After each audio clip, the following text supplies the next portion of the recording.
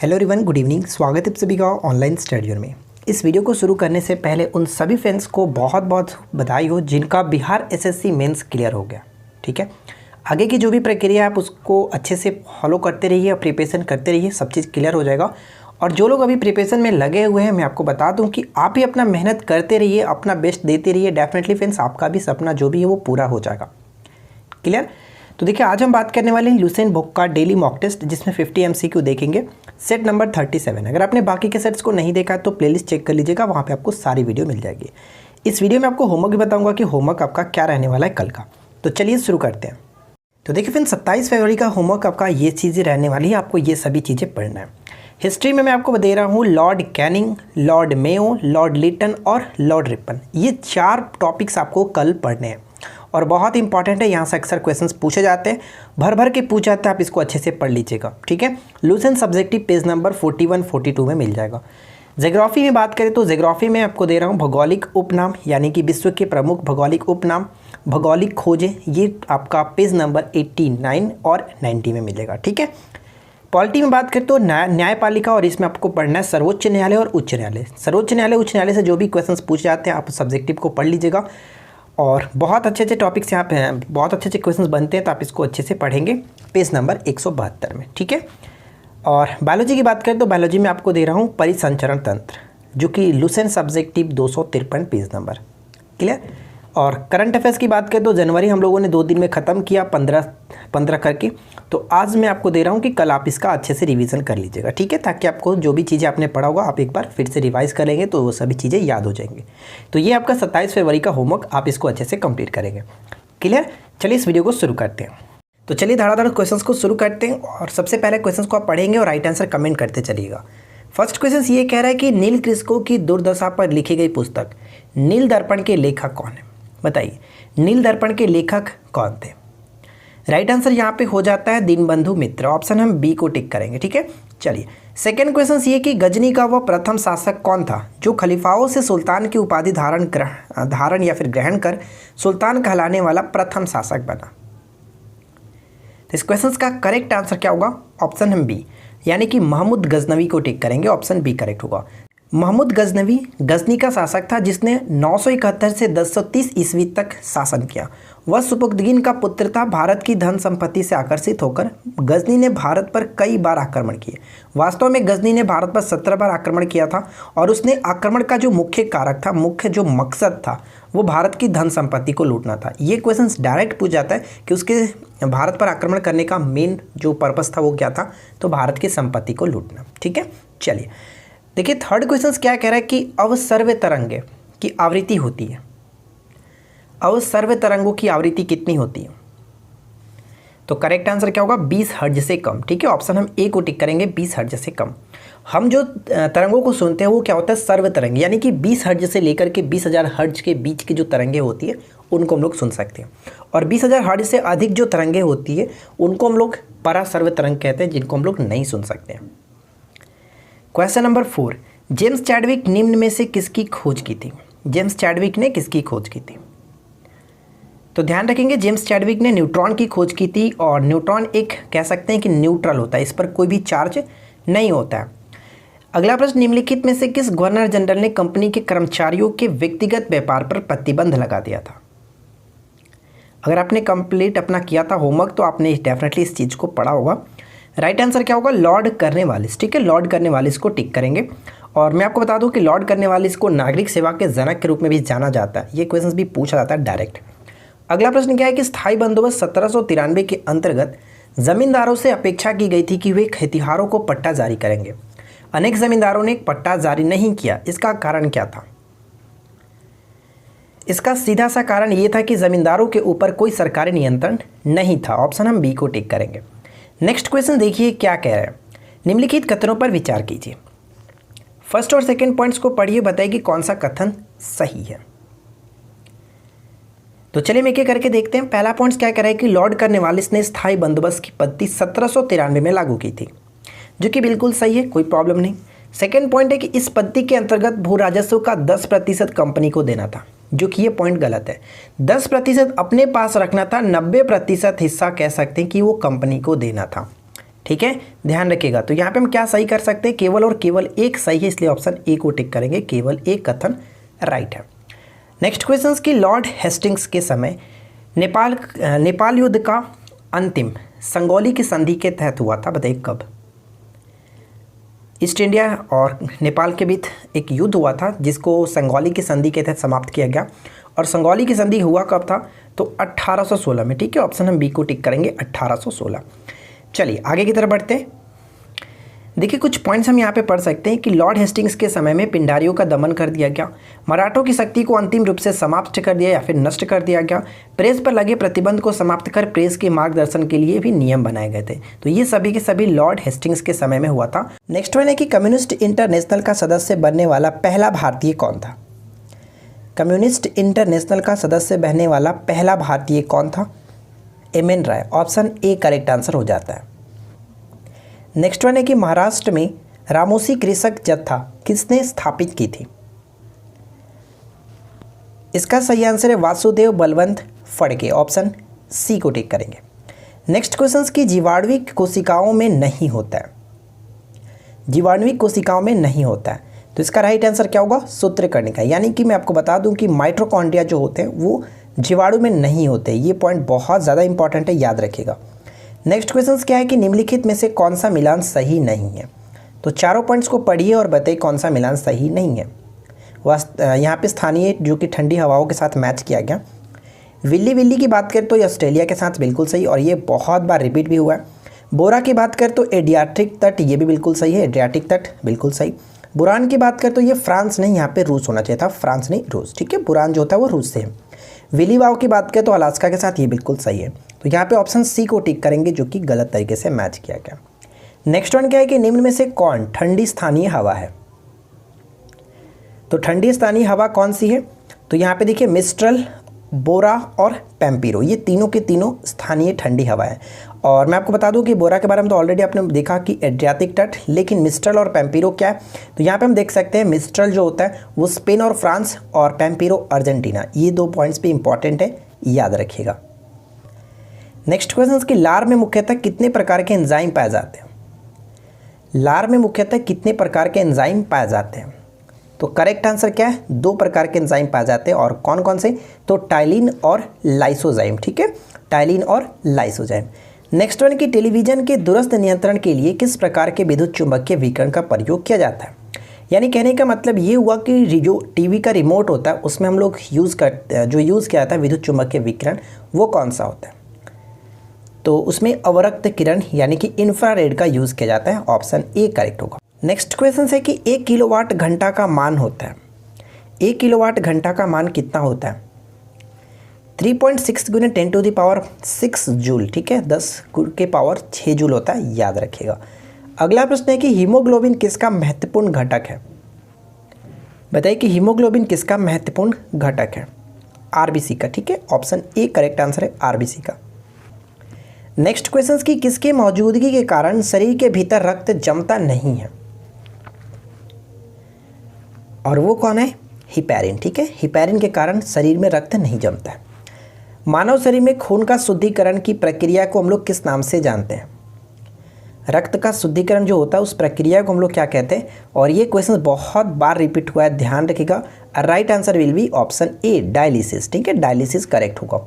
निम्नलिखित में से कौन सी वायु स्विट्जरलैंड में उत्तरी आल्प्स के विमुख ढाल पर बहती है, तो करेक्ट आंसर हो जाता है ऑप्शन ए फॉन, ठीक है, फॉन यहाँ पे करेक्ट होगा।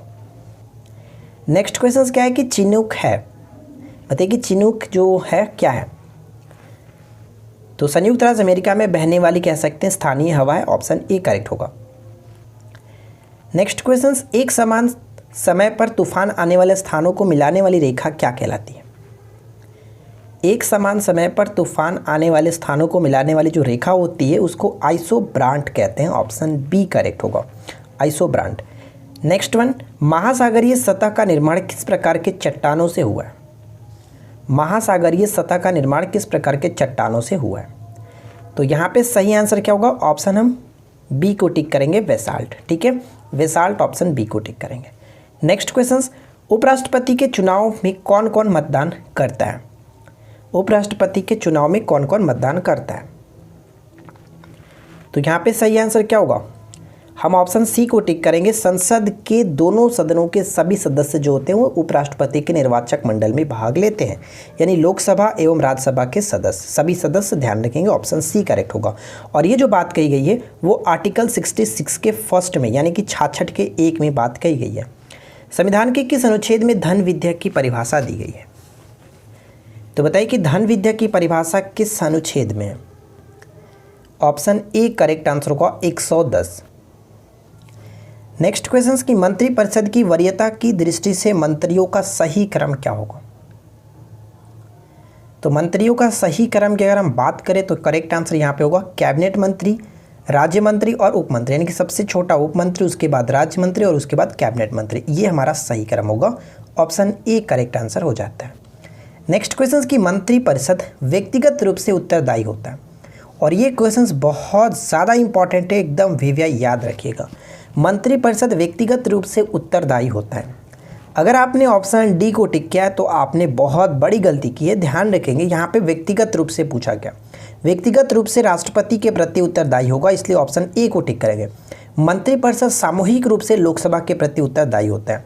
चलिए डिटेल में मैं आपको समझा देता हूँ। यहाँ पे देखिए, मंत्रिपरिषद के सभी मंत्री सामूहिक रूप से केवल लोकसभा के प्रति ही उत्तरदायी होंगे। सामूहिक रूप से कहे तब उत्तर जो होगा लोकसभा के प्रति, ठीक है। ध्यान रखेंगे मंत्री प्रधानमंत्री या फिर राष्ट्रपति या फिर पूरी संसद के प्रति नहीं, सामूहिक रूप से बात की जा रही है। सामूहिक रूप से प्रधानमंत्री, राष्ट्रपति या फिर पूरी संसद के प्रति नहीं होता है, जबकि व्यक्तिगत रूप से कोई मंत्री राष्ट्रपति के प्रति उत्तरदायी होता है, ये ध्यान रखिएगा, जो कि अनुच्छेद 75 के 2 से स्पष्ट होता है कि जिसके अनुसार मंत्री जो होते हैं राष्ट्रपति के प्रसाद पर्यंत अपने पद धारण करते हैं। तो यही बात होता है, इसलिए कहा जाता है, ठीक है। आगे की तरफ बढ़ते हैं। नेक्स्ट क्वेश्चन देखिए क्या है, भारत की संप्रभुता, एकता एवं अखंडता को अक्षुण्ण बनाए रखने तथा उनकी रक्षा करने का प्रावधान दिया गया। तो इसका सही आंसर क्या होगा, कहाँ पे किया गया प्रावधान जो है वो प्रस्तावना में किया गया, ऑप्शन ए करेक्ट आंसर है। नेक्स्ट क्वेश्चन क्या है कि 1964 में किसने बेसिक कंप्यूटर भाषा का विकास किया? बेसिक कंप्यूटर भाषा का विकास किसके द्वारा किया गया था? जॉन जी कैमी के द्वारा, बी को टिक करेंगे, जॉन जी chemo. Next question, NITI Aayog का गठन किस वर्ष किया गया था? नीति आयोग का गठन किस वर्ष किया गया था? क्या होगा राइट आंसर? देखिए, नीति आयोग का गठन 2015 में किया गया था योजना आयोग के स्थान पर। आई होप कि इसके बारे में जो भी जानकारी है आपको पता होगा, मैंने कई बार बता रखा है। आई होप कि आपने सब चीज़ नोट डाउन किया है। देखिए फ्रेंड्स, एक चीज़ मैं आपको और बता दूं कि कल सैटरडे है और मैं कल घर से बाहर रहूँगा पूरे दिन, तो इस वजह से कल हो सकता है कि आपका ये वीडियो नहीं आ पाएगा। 8 PM में जो वीडियो आता है, हो सकता है कल आपके इस चैनल पे कोई भी वीडियो नहीं है, ठीक है। तो आप लोग पैनिक मत होना कि कल वीडियो क्यों नहीं आया, मैं घर पे नहीं रहने वाला हूँ, इस वजह से वीडियो नहीं आएगी, ठीक है। नेक्स्ट क्वेश्चन देखिए क्या है कि निम्नांकित में से दिल्ली का पहला तुगलक सुल्तान कौन था? हाँ, संडे के दिन मैं आपको बता दूं कि संडे के दिन जो 100 क्वेश्चंस के साथ मैंने बोला था वो आपका आएगा संडे के दिन, ठीक है। तो पहला तुगलक सुल्तान कौन था?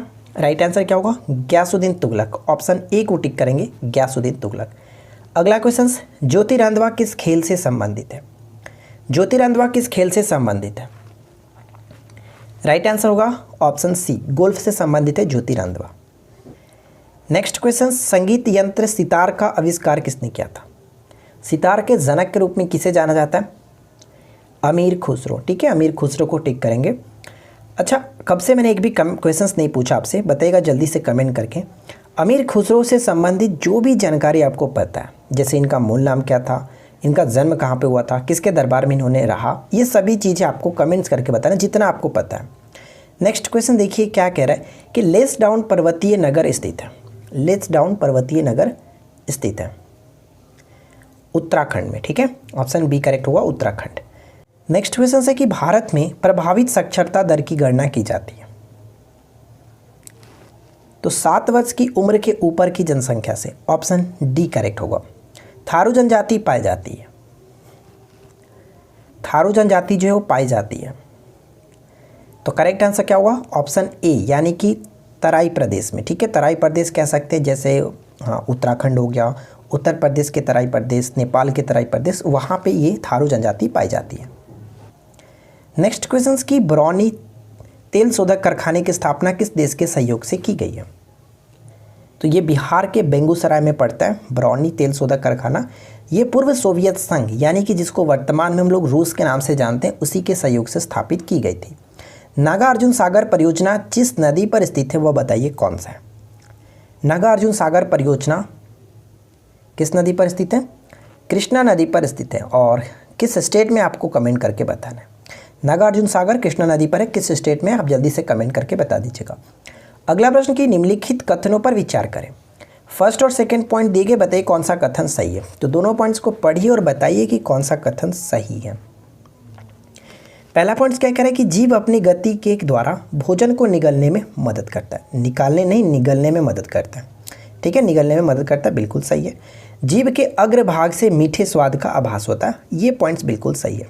यानी कि दोनों के दोनों यहाँ पे सही हो जाता है, इसलिए अब ऑप्शन हम सी को टिक करेंगे। 1 और 2 दोनों के दोनों कथन बिल्कुल सही है।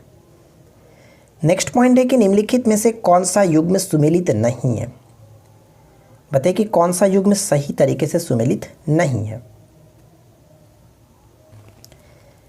तो आपने ऊपर में देखा था बोरा, ठीक है। बोरा जो था वो क्या था? एड्रियाटिक तट था। यहाँ पे हम कह सकते हैं कि पोलैंड नहीं होगा। यूगोस्लाविया का एड्रियाटिक तट, यहाँ पे ऑप्शन बी को टिक करेंगे, जो कि सही तरीके से मैच नहीं करता है। नेक्स्ट क्वेश्चन के अरुणाचल प्रदेश में बॉर्डर रोड्स ऑर्गेनाइजेशन द्वारा निर्मित दापोरिजो जो पुल है किस नदी पर बनाया गया? दापोरिजो पुल हाल ही में बनाया गया था, ये किस नदी पर बनाया गया? अरुणाचल प्रदेश में। राइट आंसर होगा ऑप्शन ए, सुबनसिरी नदी। ठीक है। नेक्स्ट देखिए, हाल ही में ग्लोबल रिस्क रिपोर्ट 2020 की सूची जारी की गई थी। इस सूची में पहले स्थान पर कौन सा है? Global risk report. तो करेक्ट आंसर हो जाता है वानुआतू, ऑप्शन ए को टिक करेंगे। अब वानुआतू क्या है हम यहाँ पे पढ़ लेते हैं। देखिए, वानुआतू जो है वो एक देश है और यहाँ पे कह सकते हैं आधिकारिक तौर पर वानुआतू गणराज्य दक्षिणी प्रशांत महासागर में स्थित एक द्वीप राष्ट्र है। फिजी के पश्चिम और न्यू गिनी के निकट सोलोमन द्वीपों के दक्षिण पूर्व में स्थित है। तो ये इसका डायरेक्शन हो गया, आप इसको अच्छे से याद रखिएगा। वानुआतू की राजधानी, यही 2 पॉइंट्स इंपॉर्टेंट हो सकता है, क्योंकि जो भी देश चर्चा में रहता है उससे हो सकता है कि राजधानी पूछ ले, मुद्रा पूछ ले। ठीक है, तो राजधानी क्या होता है? पोर्ट विला, और मुद्रा जो है वानुआतू वतु, ये इसका मुद्रा है। नेक्स्ट क्वेश्चन की वर्ष 2020 में माउंट एवरेस्ट पर 10 बार चढ़ने वाले पहले व्यक्ति का निधन हो गया, जो स्नो लेपर्ड के नाम से प्रसिद्ध थे। इनका नाम क्या है? स्नो लेपर्ड के नाम से जो प्रसिद्ध थे, उनका नाम क्या था? अंगरीता शेरपा, ऑप्शन सी को टिक करेंगे। नेक्स्ट वन है कि वर्ष 2020 में रविंद्र कुमार जिन्हें हाल ही में डोप टेस्ट में फेल होने पर 4 साल के लिए प्रतिबंधित किया गया, किस खेल से संबंधित है रविंद्र कुमार? तो रविंद्र कुमार का संबंध जो हम कह सकते हैं किससे? कुश्ती से, ऑप्शन डी करेक्ट होगा। नेक्स्ट क्वेश्चन, संप्रीति भारत और किस देश के बीच संयुक्त सैन्य प्रशिक्षण अभ्यास है? संप्रीति जो होता है वो भारत के साथ किस देश का होता है? तो करेक्ट आंसर होगा बांग्लादेश, बी को टिक करेंगे। नेक्स्ट क्वेश्चन की वर्ष 2020 में किस एक्ट्रेस को मध्य प्रदेश सरकार ने किशोर कुमार सम्मान 2018 से सम्मानित किया? तो right answer will be option D, Waheeda Rahman. Next question, 2020 Australian open महिला एकल खिताब किसने जीता है? 2020 का, और आपको पता है कि 4 ग्रैंड स्लैम जो होते हैं उनमें से सबसे पहला होता है ऑस्ट्रेलियन ओपन, जनवरी में खेला जाता है, और 2021 भी कंप्लीट हो चुका। 2021 कंप्लीट का मतलब ये मत 2021 साल नहीं, 2021 का ऑस्ट्रेलियन ओपन महिला और पुरुष दोनों खेला जा चुका है। ठीक है, तो ध्यान रखेंगे 2020 में सोफिया केनिन ने जीता था। केनिन यहाँ पे हुआ, सोफिया केनिन जो कि अमेरिका से बिलोंग करती है, इन्होंने जीता था। अब छोटा सा क्वेश्चन मैं आपको 2 दिन पहले आपको बताया था कि महिला एकल पुरुष एकल दोनों में जीता है। तो अब जल्दी से कमेंट करके बताइएगा कि महिला एकल का खिताब, पुरुष एकल का खिताब किसने जीता, महिला एकल खिताब किसने जीता है ऑस्ट्रेलिया ओपन का। जल्दी से सभी लोगों को कमेंट्स करना है, ऐसा बिल्कुल भी नहीं, कंजूसी बिल्कुल नहीं करनी है। नेक्स्ट क्वेश्चन की किसने महात्मा गांधी की 151वीं जयंती के अवसर पर बापू द अनफॉरगेटेबल शीर्षक से कॉफ़ी टेबल बुक लॉन्च किया? बापू द अनफॉरगेटेबल शीर्षक से कॉफ़ी टेबल बुक लॉन्च किया गया, किसके द्वारा? तो मनीष सिसोदिया जी के द्वारा, ऑप्शन सी करेक्ट होगा। नेक्स्ट क्वेश्चन बनता है कि वर्ष 2020 में कैबिनेट की नियुक्ति समिति में किसे भारतीय दूरसंचार नियामक का अध्यक्ष यानी कि ट्राई का अध्यक्ष नियुक्त किया गया? Telecom regulatory authority of India होता है, इसका अध्यक्ष नियुक्त किया गया PD Baghela, option D correct होगा, पीडी बघेला। नेक्स्ट क्वेश्चन बनता है कि एशिया के सबसे बड़े सौर ऊर्जा संयंत्र का उद्घाटन किया गया जो कहाँ पर अवस्थित है। तो हाल ही में नरेंद्र मोदी जी ने जो कि वीडियो कॉन्फ्रेंसिंग के माध्यम से इसका उद्घाटन किया था मध्य प्रदेश के रीवा ज़िले में। ऑप्शन ए बिल्कुल सही आंसर है। तो देखिए यहाँ पे हम लोगों ने 50 MCQ कवर किया। आई होप कि आप लोग को ये वीडियो अच्छी लगी होगी। वीडियो अच्छी लगी तो वीडियो को लाइक कीजिए, अपने दोस्तों के साथ अधिक से अधिक शेयर कर दीजिए और क्यूज का क्वेश्चन जल्दी से नीचे कमेंट्स करके बताइए कि हड़प्पा कालीन स्थल रोपड़ पंजाब जो है किस नदी के किनारे अवस्थित था। तो हम मिलते हैं किसी और वीडियो में नेक्स्ट टॉपिक के साथ। Thanks for watching, keep learning, have a good day.